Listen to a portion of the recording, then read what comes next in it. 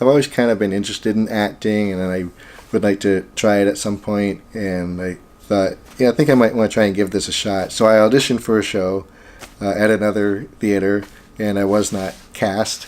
Um, and then the the next show, I auditioned for that one, and then somebody else knew that I had auditioned for it, and I wasn't cast, and then they sent me the way of Dreamwell and said, "Hey, these guys do some pretty good stuff," and it was auditions for Lysistrata, which was in 2001, and they needed a lot of people, so I assume that's why I was cast, being freshly new and green and all that. But it was a great experience because Lysistrata had a great director, Jamie Ewing, and there was a lot of people in the cast. It was about, I want to say, 12 to 16 people, plus the crew. And so I felt like I got to meet a lot of people right away and get to know them and work with them and get to see how theater works, behind the scenes. And I just fell in love with it right away, and I really enjoyed doing it. I wanted to do anything I could with theater. So it was a really good first start. Networking with all those people, and then learning people, and then moving on from there. So that was really my first experience, and it almost quite didn't happen because 9/11 happened during the rehearsals for Lysistrata, and there's a question of whether we would even go on with it because Lysistrata is basically an anti-war script, and it was decided that we would still go ahead and do it, which I think was the right decision. So I think also that kind of made me appreciate Dreamwell, and that it does consider its presence in the community, and does offer that alternative, in a way, show that's outside the norm, so to speak. The people were so gracious and inviting with everything. I never felt like there were like divas involved, as you might have other places, where there were like big personalities. Everybody seemed to be pretty embracing and accepting.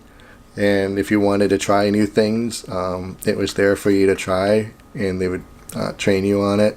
At some point, I don't remember the exact year, but I was asked to help out with box office, and that was kind of my first little officer position on the board.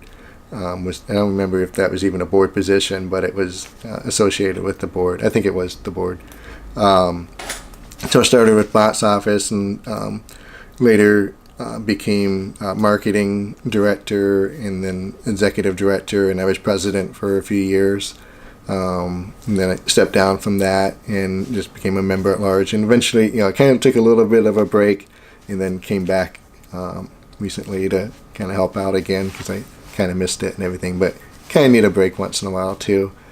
But yes, I've directed a few shows, and I've written quite a bit. And I'm trying to think. I don't think I've actually written anything for Dreamwell, except maybe some of the for some of the event type things that we had. We had our fundraiser, the Dream Home fundraiser. I did some skits for that.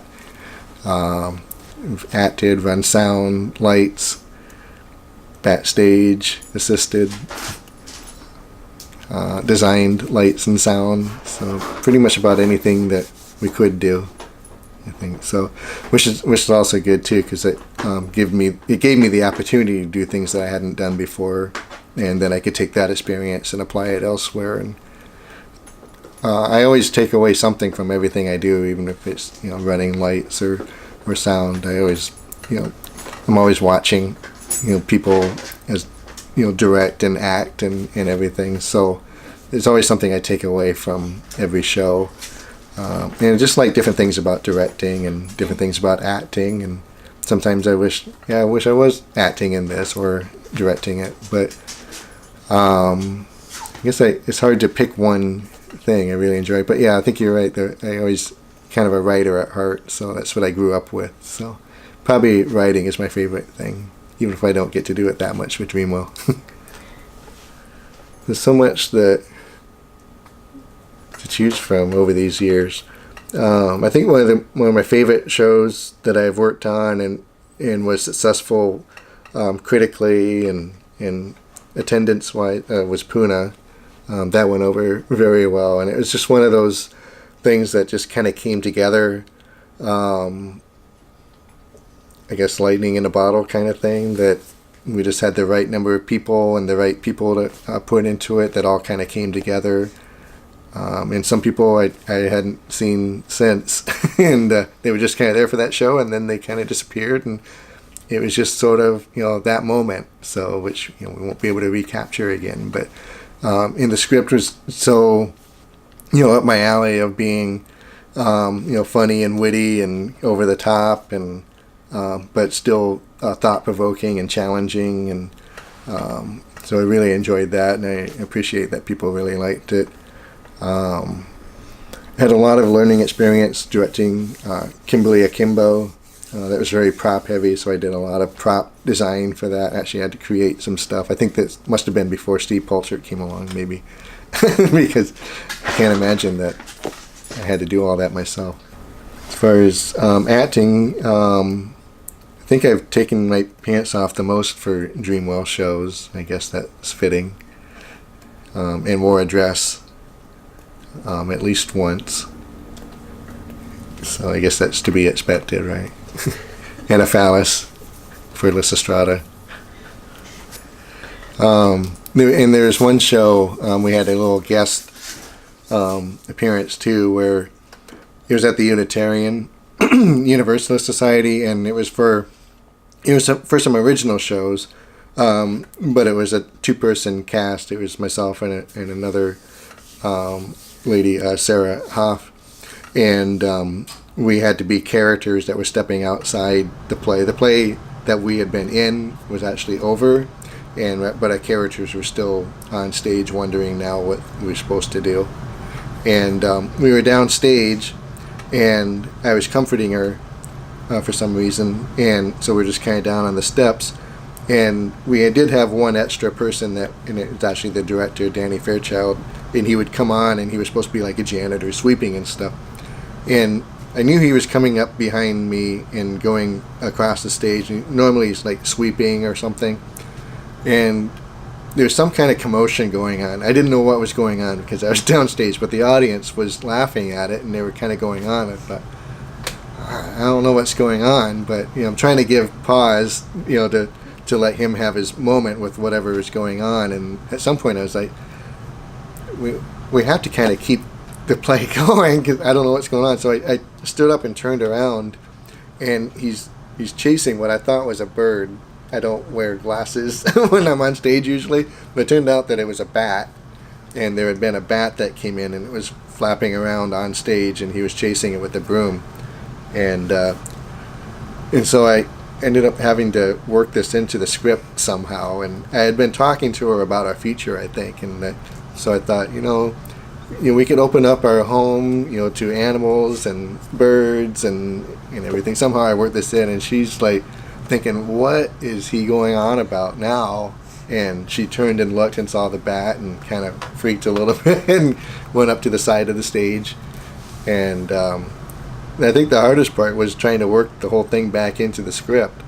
And because eventually it went away somehow, and Danny went off stage, and we went on with the show. But then he had to come on later. He was supposed to be sweeping with the broom, and this is probably one of the only times that I dropped character, because he came in looking for the bat like this with the broom, and I just about lost it there. I'm pretty sure I at least smiled. I might have chuckled some, but tried to rein it back in. So, and I mentioned earlier that we don't pick. You mentioned 20 years. It is quite an accomplishment for any theater, let alone this one, where we take shows that are not well known and people may not have ever heard of, but we push that envelope. We try and do things that are thought-provoking. They might be controversial, but we don't do shows just for the sake of controversy. I mean, it needs to have a purpose. We don't just want to be a shock jock and surprise people just by that, because that's not the best thing to do either. Then it just starts to become lowest common denominator that way too. So we still want to keep things elevated. So yeah, I think a good mix of, we do have classics, A View from the Bridge, Mice and Men, a number of shows that do still kind of push things. Death of a Salesman. So there are a number of classic shows that people will know and will come to.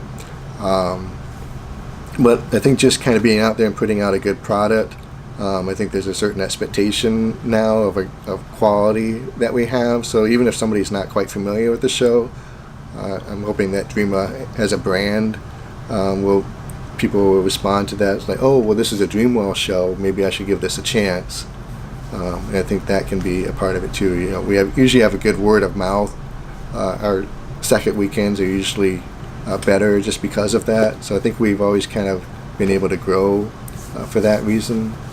'Cause you're right. It doesn't seem like a mix that should succeed, but I think we have a good working board that everybody pitches in, good communication, and we sort of hedge our bets a little bit too. I mean, we don't bet the farm on things, and we're I don't say frugal, but we try and keep things pretty tight, so we're not overextending ourselves, and we're projecting things out. What can we do? How can we make sure that we recover from this? I think have successful fundraisers too, and I think they're fun.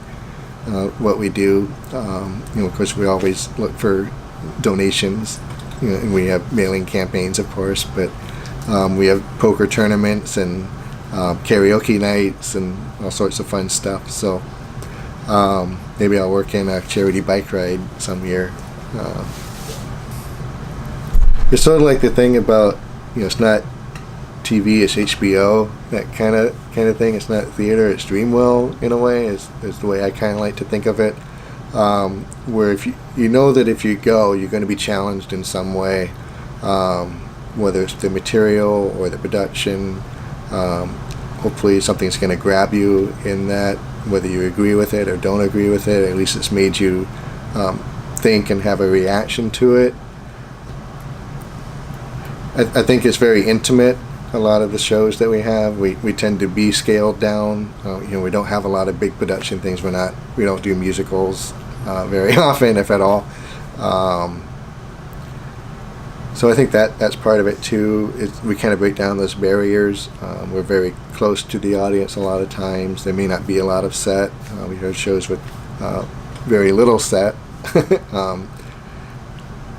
So I think we try and engage on that intimate level on a consistent basis, and I think a lot of times we connect more than we don't.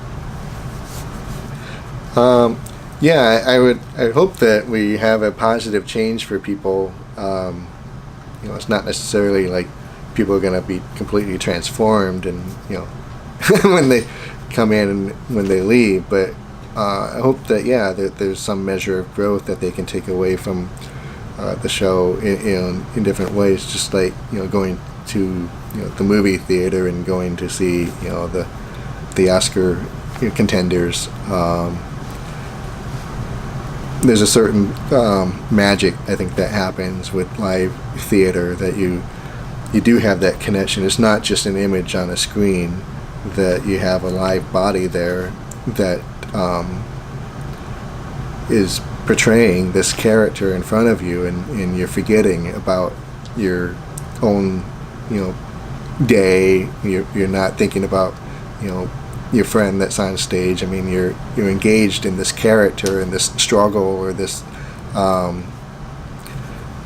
quest that they're on, for whatever it is, discovery or self learning, and I think going along with that, you yourself are able to grow in that way. Well, Master Harold and the Boys was one that kind of stands out for me as being one that I thought was very well produced. I thought I had remember seeing on TV a recording of the play that Matthew Broderick had done. But I think that was a very compelling show. and it's not necessarily that I'm not like prejudiced or racist or anything, so it didn't convert me into a caring individual, but it does kind of I think things will kind of reaffirm for you watching a show like that, where you kind of like you can kind of have some self-reflection, and you can kind of sort of put yourself up against the play too, and kind of measure yourself, like where would I fit in this scenario if I had been a part of this world as it was going on. What would I have done differently? Would I have behaved like Harold did, or would I have been able to live with like choices, and or could I have been more compassionate, more forgiving, that kind of thing. So I think it's all there. I suppose you could kind of think of it as like taking off training wheels, maybe, that he's the dad teaching us how to ride a bike, and now he's going to let us do Ragbri, I guess. But no, I think he's been a great leader, and been very influential with the direction of Dreamwell, and it's really kind of locked down in our procedures. We have a lot of procedure manuals and rules, and I mean we're not like strict, like we don't have a gavel adjourning our meetings, that kind of thing, but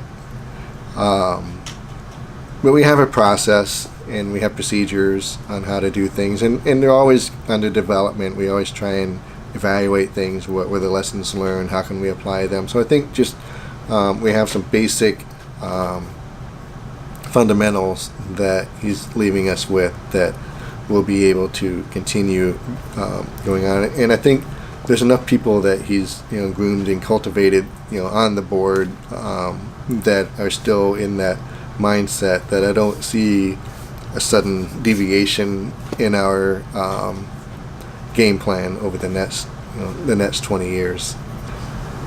I remember one time, and this has nothing to do with musicals, but it just reminded me with Matt, and just sometimes with perceptions, and he had been he had done an interview, and I guess this is kind of funny too, being interviewed right now, but we hadn't always